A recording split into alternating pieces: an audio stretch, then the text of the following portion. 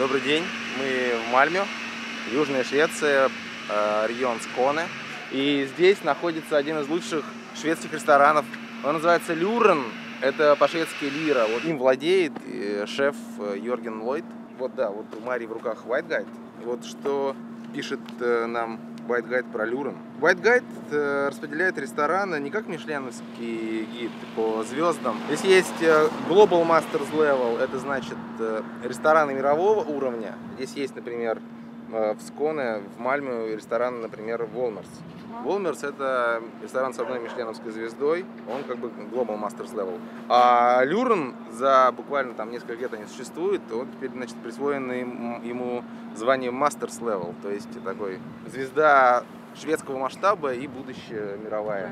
Что делает Йорген? Он использует принципы новой нордической кухни, но делает это как-то без каких-то вот наворотов, что ли. Тот же Волмерс, да, обставляет это все в ритуалы, делает какие-то сет-меню из 20 позиций. Здесь тоже сет-меню? Да. Здесь есть, но это так сет-меню называется просто, да, здесь есть и обычное меню. И причем сет-меню здесь это каждый день практически новое, что вот нашли в лесу, на рынке. Йорген с женой ходит по лесам, собирает грибы, ягоды, какие-то растения. Ресторан не очень большой, работает с 5:30, и сейчас там идет такая плотная запара на припарах. И кухня Йоргена это такая легкая, не то чтобы непритязательная, а она какая-то удивляющая. Неожиданные вещи, очень простые и дико вкусные. We are busy now? Busy. Просто не будем отвлекать, посмотрим, как люди работают.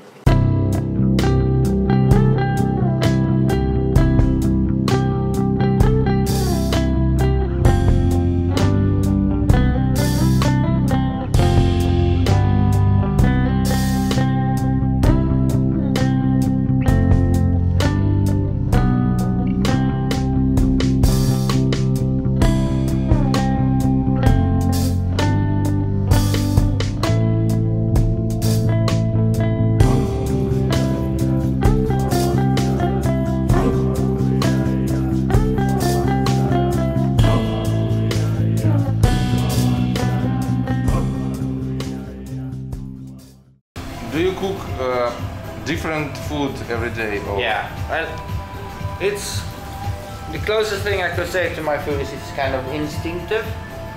It goes by the weather, it goes by the season, it goes by the mood.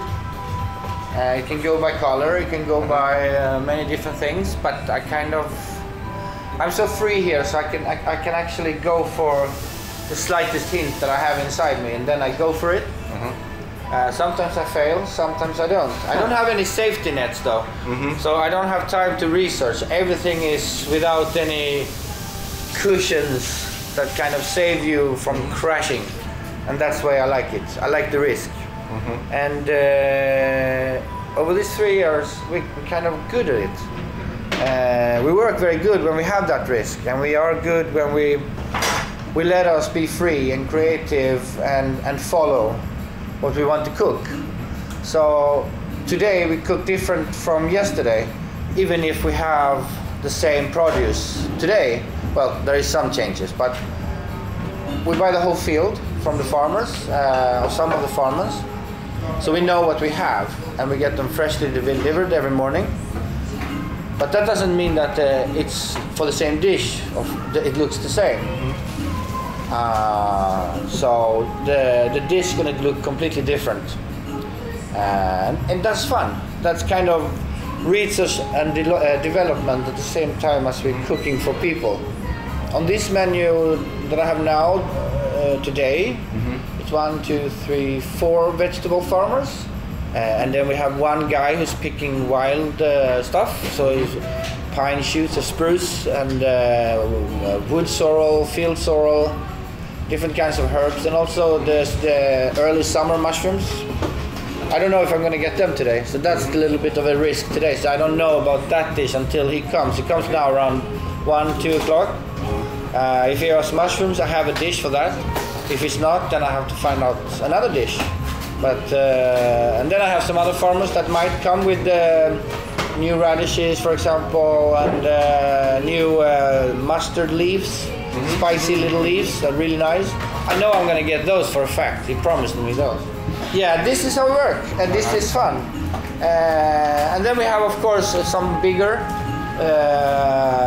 farmer too, that we know that we always get what we order, well, almost. So we do have a little bit of safety net there, but mostly it's what it is. So now the fisherman comes, and I ordered it last night out of the blue, so hopefully he found some this morning. Either he fished it or it's bought very early in the fish markets, like 5 o'clock in the morning. Hello, welcome in. Oh, perfect. Thanks, boys. Yay. Some eggs. Perfect, bara sätta här. Yep, it's really nice. Why do you open Lyran in this place? Not in the center, because, for example. First of all, I wanted something that is cheap. I want a cheap locale. I like the contrast of kind of having an ambitious kitchen in a neighborhood that is maybe not central. I want it to be in a place that haven't been an ambitious restaurant before. I wanted to feel how the contrast could work together with an ambitious kitchen, with good service, and yeah, really ambitious place. Yeah, in a maybe shitty part of town that's had a bad reputation. I mean, it's not the first time it's done. I mean, look at Relais in Copenhagen, for example. Maybe that was an inspiration. So I felt like I wanted to try something new, a new part of Mальмё. Still close enough for people can go there. They don't need to have a car. But in a new part of town that hasn't been a restaurant before. And of course that was part of the success, I would say, for me here. Because that contrast really worked. People were so grateful in the neighborhood. Normally there was, a lot of gangsters in this place, and shootings, and we actually had a guy killed here. Not when I had a locale, but 5 years ago, 2 years before I took the place over. We felt that we wanted to do something good in a locale that had a very bad reputation. I call it history, That's part of human behavior. Like Björk sings. Yes. We have a violent side. It's part of what we are. Doesn't mean you like it, but we also think that goodness can kind of overshine the darkness. I know this sounds really strange, but it's actually something that I thought about. I think it's affected me more and made me more eager to do it here, because there were so many people who said, are you really going to open a restaurant there? You're going to invest so much money in a place like that? I don't think you will succeed, Jörgen. I know you're a good chef, but I don't know if people want to go to Jesus Park to eat. They call it Jesus Park. It's because the hippies in the 70s sold the drugs and had long hair. There's another theory that it used to be church here very, very long time ago. I don't know if that's true, but somebody told me that. Okay, jag måste gå. Hej. Are you going to forests for yourself to pick up some mushrooms? Yeah, mostly my wife. I don't have much time, but she, as soon as I get time, we like to go out for hours and pick something. We know where things grow. We have done it for many years now, so it's like go out and harvest in the nature. So we know we have many spots for different kinds, so we want to harvest different things. Melissa is also very good at picking mushrooms. All right, now I'm happy. Fish heads. I thought they left out the fish heads. I got the fish heads. All right.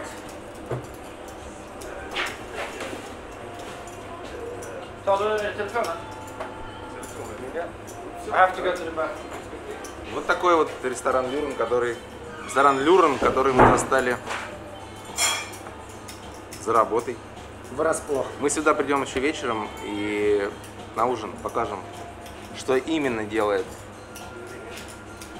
Йорген Ллойд. See you tonight, yeah? Yes, yes. Very good.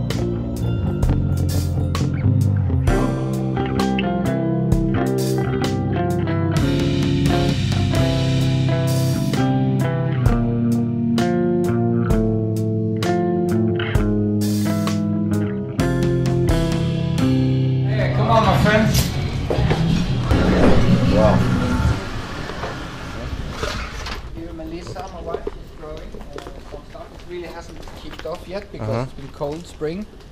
But here we grow nasturtiums and herbs, radishes, some stuff. And this is our grill. Right here, okay. So here sometimes we grill big pieces of pork or beef or whatever, just to get the flavors. And I live up here. This is my little world. I love these calm moments after the storm. Gary Oldman said that in the film Lyran. Have you seen that one? Yeah, I've seen that one. It's been a good week. Busy. Busy. Yeah. Today we said no to many people. We said tonight we can't do like we have done now the whole week. It's like packed 2 sittings. I mean, it's fun. It's a lot of fun. But sometimes you just have to only take 45 because it's.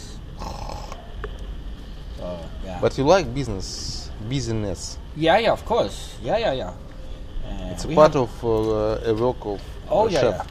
Absolutely. But sometimes you just have to be smart to your own health, because when you have so much people we have had now for 2 weeks in a row, busy, like really busy. It's a lot of plates. Go out 500-600 plates here on a night, and they all have to be perfect. And we change the menu every day, so I mean it's a lot of work. So sometimes it's just less is more. So that's good. We have a very cheap this place here to rent. It cost me 9,600 Swedish kronor. That is like 960 euros a month. Yeah, that is that's like not much. really cheap for Mальмё standards. And that's also why I wanted to be up here, because it's cheap. And then you can put more, and then can I have so much staff that I have. So how can you be sure on the quality of the produce from the suppliers? Well, you can never be 100% sure, but the one I worked with now for some years, we have, built up a really nice friendship. They know that only the best is good enough. Yeah. So I actually buy parts of fields, so they know that you're going to sell it. And also the new generation of farmers who work direct to restaurants, they are also very ambitious and passionate about their produce. It's not only that they grow organic, they also work with seeds that is from maybe the gene bank up in Svalbard or old species of seeds. For me, the cooking starts when the seeds goes in the ground, not only when the butter melts in the pan. It's the cooking process. It's more on all stages now. So it starts very early. And of course also now we work with much more wild produce. Not only meat, but also wild vegetables, wild herbs and salads and leaves and roots and berries and nuts, and like we are supposed to eat, according to Paleolithic, if you are into history. Yes. It's the hunter-gatherer society is probably when we ate the best food, probably, or maybe in the early Neolithic, in the middle. I think it's called Malolithic or something. The one between the Neolithic and the Paleolithic, when the small farm they start to settle down, they start to live a little bit more comfortable, and they start to grow some stuff their own, and then they also hunt it and gather it and fish. So they have a little bit of both. I think that's probably the best, according to my imagination. Okay. Yeah. That's how when we ate the best and had it the best. And then when the Neolithic comes, I think that's when the war starts. That's when you become, this is my turf. Don't come here because we grow here. That's another problem. But yeah. And that's part of the cooking process in my imagination. How did people eat in the Stone Age? In some days, I really want to get that out of the plate. I think, for example, the lamb dish you got now is very Stone Age, like grilled lamb with the black garlic and the wild rose is something romantic. That's what I like the best. Yeah, it's like something romantic about it. Maybe it's the rose, I don't know. It's definitely the rose. It's like the dish from the War of Roses, as I imagine it. See? Yeah. Good. Va bene. So I'm so glad that you enjoyed the food. Va bene. Va bene.